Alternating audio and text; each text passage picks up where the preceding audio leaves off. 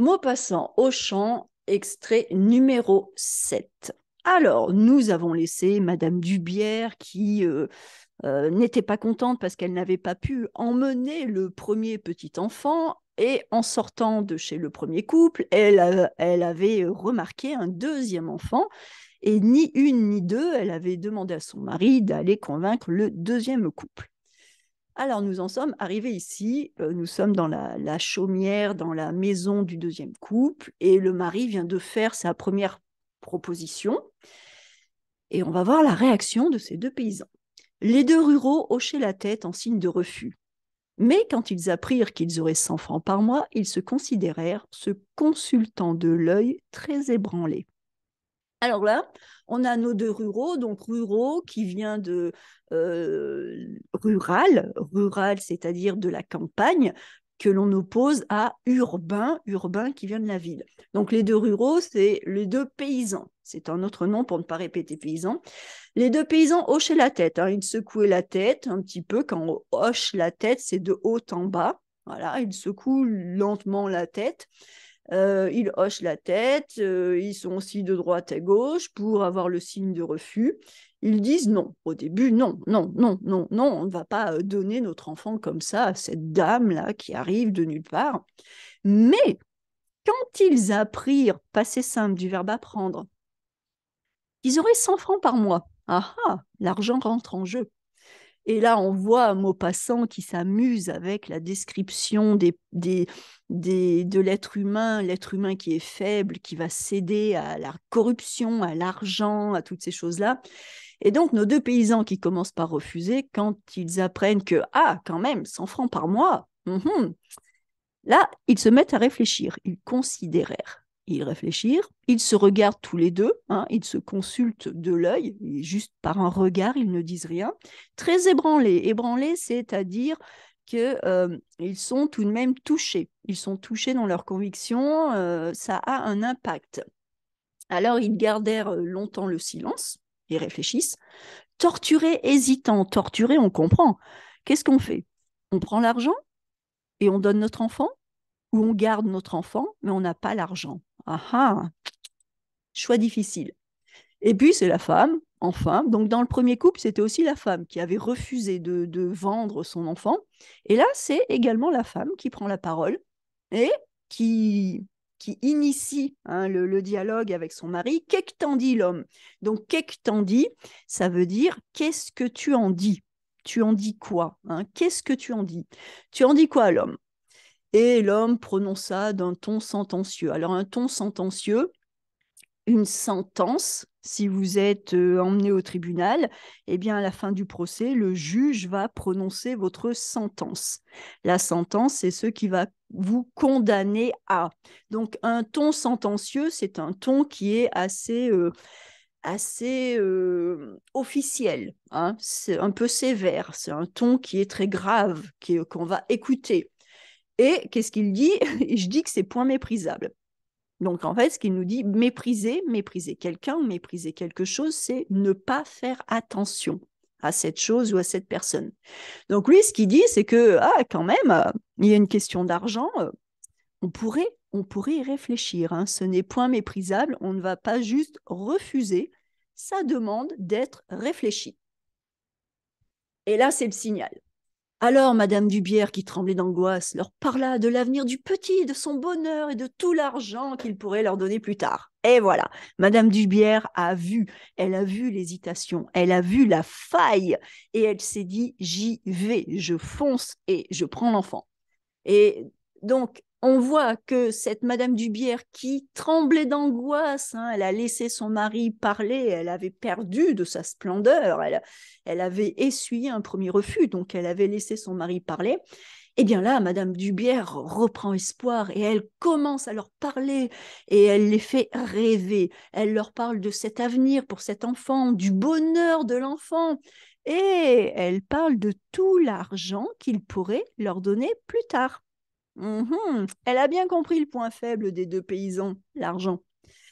Alors le paysan demanda, cette rente de 1200 francs, ce sera promis devant le notaire? Donc le paysan demande, est-ce que l'argent, donc 100 francs par mois, c'est-à-dire 1200 francs, 1200 francs par année, une rente, c'est une somme qu'on vous donne indépendamment, que vous travaillez ou pas, que vous soyez jeune ou vieux. Une rente, c'est ce qu'on vous donne à vie.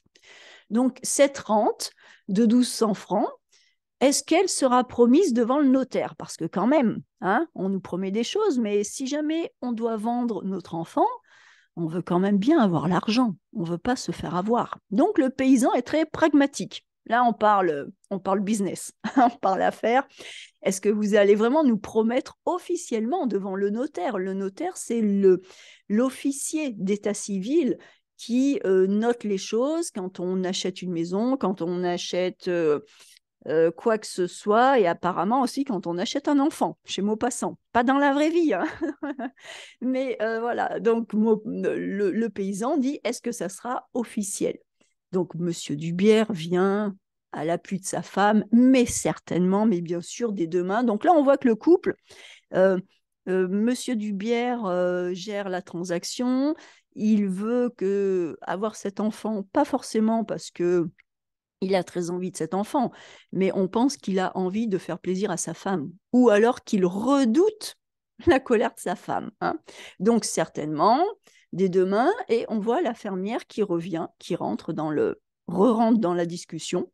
Elle méditait, elle réfléchissait, hein, la fermière, elle ne disait pas trop, et puis elle dit, 100 francs par mois, c'est point suffisant pour nous priver du petit. Ah, pas assez. Elle négocie. Là, on est vraiment dans les affaires, dans la négociation, là, hein. On oublierait presque qu'il y a un enfant au milieu de tout ça, mais là, on négocie. On est dans les affaires. Et la paysanne fait monter les enchères, hein. On va dire, elle fait monter les enchères. C'est-à-dire que elle fait monter le prix. Les enchères, une vente aux enchères, c'est quand il y a un prix au départ, et puis chaque personne va donner un prix. Donc, je mets en vente mon stylo pour 10 euros.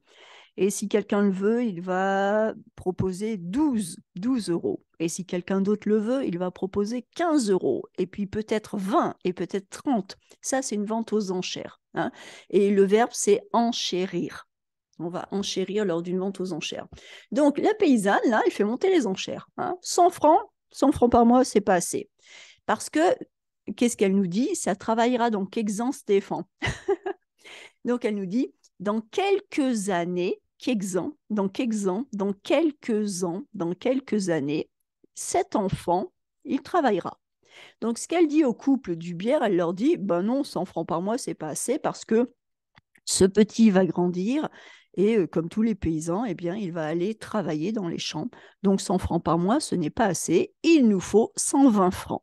Hop là, 20%, c'est l'inflation. Il nous faut 120 francs.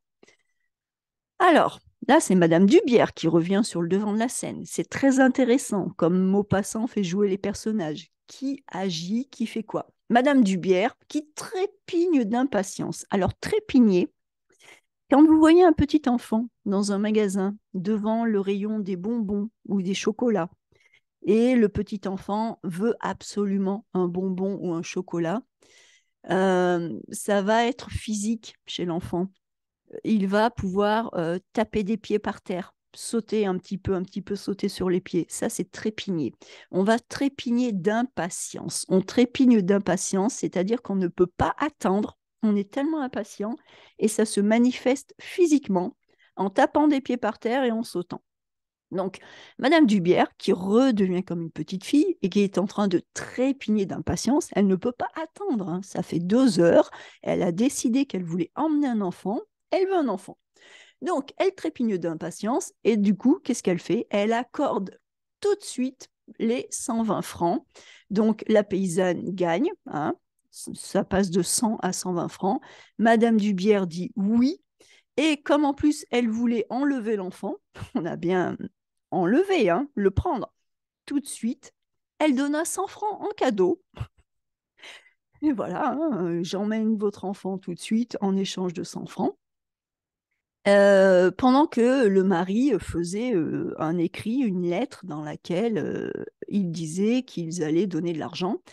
Le maire et un voisin ont été appelés aussitôt pour servir de témoins parce que le mari faisait un écrit. Le notaire, c'est pour le lendemain. Hein. On a le notaire dès le lendemain, mais on a Madame Dubière qui va emmener l'enfant immédiatement. Donc le mari fait un écrit. Mais un écrit qui n'est pas réalisé devant des témoins, ça ne vaut rien.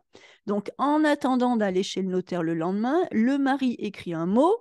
On appelle en catastrophe le maire et puis un voisin qui servent de témoins. Alors de témoins complaisants, c'est-à-dire de voilà, ils veulent bien être témoins, mais légalement, ils n'ont pas un rôle très par rapport à cet écrit qui est fait sur un bout de table dans une ferme, et tout cela pour que Madame Dubière, qui trépigne d'impatience, eh bien, la jeune femme radieuse emporta le marmot hurlant comme on emporte un bibelot désiré d'un magasin.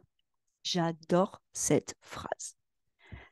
Imaginez-vous Madame Dubière, radieuse, elle s'en fiche, ça va leur coûter ce que ça va leur coûter. Et il pensait 100 francs, c'est devenu 120 francs. En plus, elle donne 100 francs tout de suite en cadeau. Tout ce qu'elle veut, c'est emporter cet enfant. Et est-ce qu'il est d'accord, l'enfant? Ben non, lui, on ne lui a pas demandé son avis. Le marmot hurlant, le marmot est en train de hurler, de crier, de pleurer, parce que le pauvre ne comprend pas pourquoi on l'emmène. Et elle, Madame Dubière, est radieuse. Elle irradie de bonheur. Elle est ensoleillée, elle est heureuse. Et puis, on a le marmot hurlant. On a le mari, on ne sait plus, Monsieur Dubière, on ne sait plus trop ce qu'il fait. Et elle l'emporte comme on emporte un bibelot désiré dans un magasin. Donc, un bibelot, c'est un petit objet qui sert uniquement à la décoration. Dans les magasins, parfois, il y a beaucoup de bibelots. Donc, elle emporte l'enfant comme on emporterait un joli petit objet qu'on a voulu acheter. Et puis, les Tuvache, donc c'est l'autre couple, le couple qui a refusé. Les Tuvache étaient sur leur porte et ils regardaient cette scène muets, sévères. Les Tuvache représentent la rectitude morale, hein, la rectitude morale, tout droit, d'accord? La rectitude morale. Oups là, la rectitude morale, c'est-à-dire la bonne morale. Ils n'ont pas vendu leur enfant. Et donc, les Tuvache, eux, ils regardent sévère cette scène, muets, ils ne disent rien. Mais ils regrettent peut-être le refus. Peut-être, on ne sait pas. On va voir. On va voir ça dans la suite. Donc, je trouve cette scène absolument admirable parce que on a vraiment Monsieur et Madame Dubière. Madame Dubière qui fait ses caprices, qui veut cet enfant. Monsieur Dubière qui veut aider sa femme.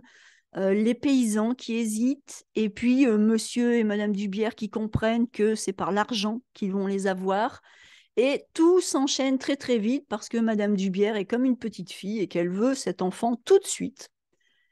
Mais l'enfant n'est pas content parce que le pauvre, c'est le principal intéressé dans toute l'histoire et personne ne lui demande son avis. Donc voilà où on en est. Eh bien, on se réserve la suite pour la prochaine vidéo.